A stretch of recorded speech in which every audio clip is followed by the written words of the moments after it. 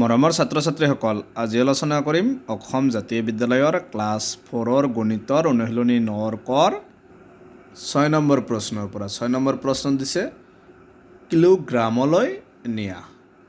6 নম্বৰটো কিলোগ্ৰামলৈ নিব লাগে। 1 নম্বৰ হৈছে 5 কুইণ্টেল। এনেকুৱা ধৰণৰ প্ৰশ্ন আছে বাকীকেইটা, গতিকে আটাইকেইটা কুৱেশ্যন সমাধান কৰিম। এইটো কিলোগ্ৰামলৈ নিব লাগে, গতিকে প্ৰথমটো 5 কুইণ্টেল। এতিয়া জানিব লাগিব যে 1 কুইণ্টেলত কিমান কিলোগ্ৰাম। 1 কুইণ্টেলত 100 কিলোগ্ৰাম। তেতিয়াহ'লে 5 কুইণ্টেলত কিমান হ'ব? 1 কুইণ্টেলত 100 কিলোগ্ৰাম। তেতিয়াহ'লে 5 কুইণ্টেলত কিমান হ'ব? 500 কিলোগ্ৰাম। মানে 500ৰ লগত কি পূৰণ কৰিব লাগিব? 100 পূৰণ কৰিব লাগিব। 100 পূৰণ কৰিলে এইটো কি হ'ব? কিলোগ্ৰামলৈ যাব। গতিকে 500ৰ লগত 100 পূৰণ কৰিলে 500 কিলোগ্ৰাম। আমি কিলোগ্ৰামলৈ নিব লাগে, কিলোগ্ৰামলৈ। এবাৰ আছে 2 মেট্ৰিক টন 40 কুইণ্টেল। মেট্ৰিক টনটো যদি কিলোগ্ৰামলৈ নিব লাগে, তেতিয়া তোমালোকে মনত ৰাখিবা 1000ৰে পূৰণ কৰিবা। মানে 1000 কিলোগ্ৰামত 1 মেট্ৰিক টন। তেতিয়াহ'লে 2 মেট্ৰিক টনত কিমান হ'ব? 2000 কিলোগ্ৰাম। যোগ ইফালে আছে 40 কুইণ্টেল। কুইণ্টেলটো কিলোগ্ৰামলৈ নিলে কি কৰিব লাগে? 100ৰে পূৰণ কৰিব লাগিব, মনত ৰাখিবা। এতিয়া 2ৰ লগত 1 পূৰণ কৰিলে 2 1 গুণ 2, 0 3টা প্লাছ, আৰু ইফালে 40ৰ লগত 1 পূৰণ কৰিলে 40 1 গুণ 40, আৰু 0 ইয়াত কেইটা আছে? 2টা। হ'ব 4000। এতিয়া এইটো যোগ কৰিলে কিমান হ'ব?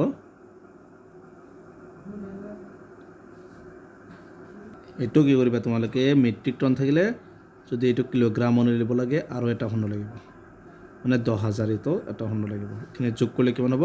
20,000 আৰু 4,000 24,000 কিলোগ্ৰাম। এইটো হৈছে এইটোৰ এনচাৰ। তাৰপিছত আছে 25 কুইণ্টেল 14 কিলোগ্ৰাম।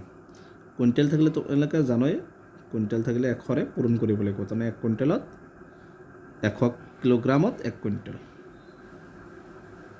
আৰু আছে 14 কিলোগ্ৰাম।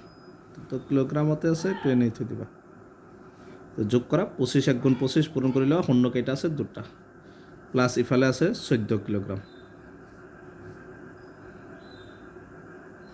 কিন্তু যোগ কৰিলে কিমান হ'ব?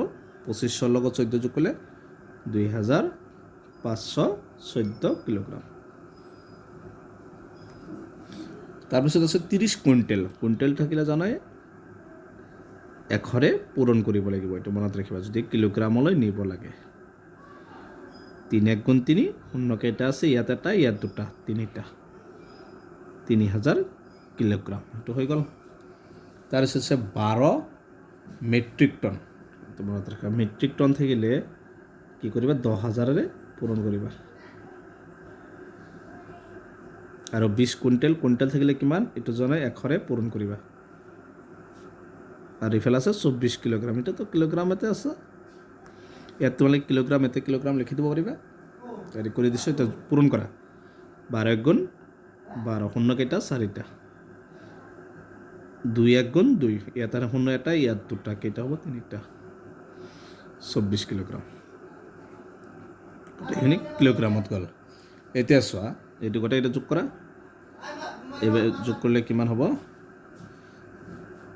1 2, ইয়াত কেইঘৰ আগত আছে? 4, 2 3 4, 2 0 কেইটা হ'ব? আৰু আছে এটা 0 আহিব, তাৰপিছত 24 কিলোগ্ৰাম। এইটো হৈছে এইটোৰ এনচাৰ। গতিকে 6 আৰু 8 কুৱেশ্যন সমাধান কৰা হ'ল। গতিকে আজিৰ ভিডিঅ'টো এইখিনি। তোমালোকে ভিডিঅ'টো লাইক কৰিবা, চেনেলটো ছাবস্ক্ৰাইব কৰিবা। Thank U.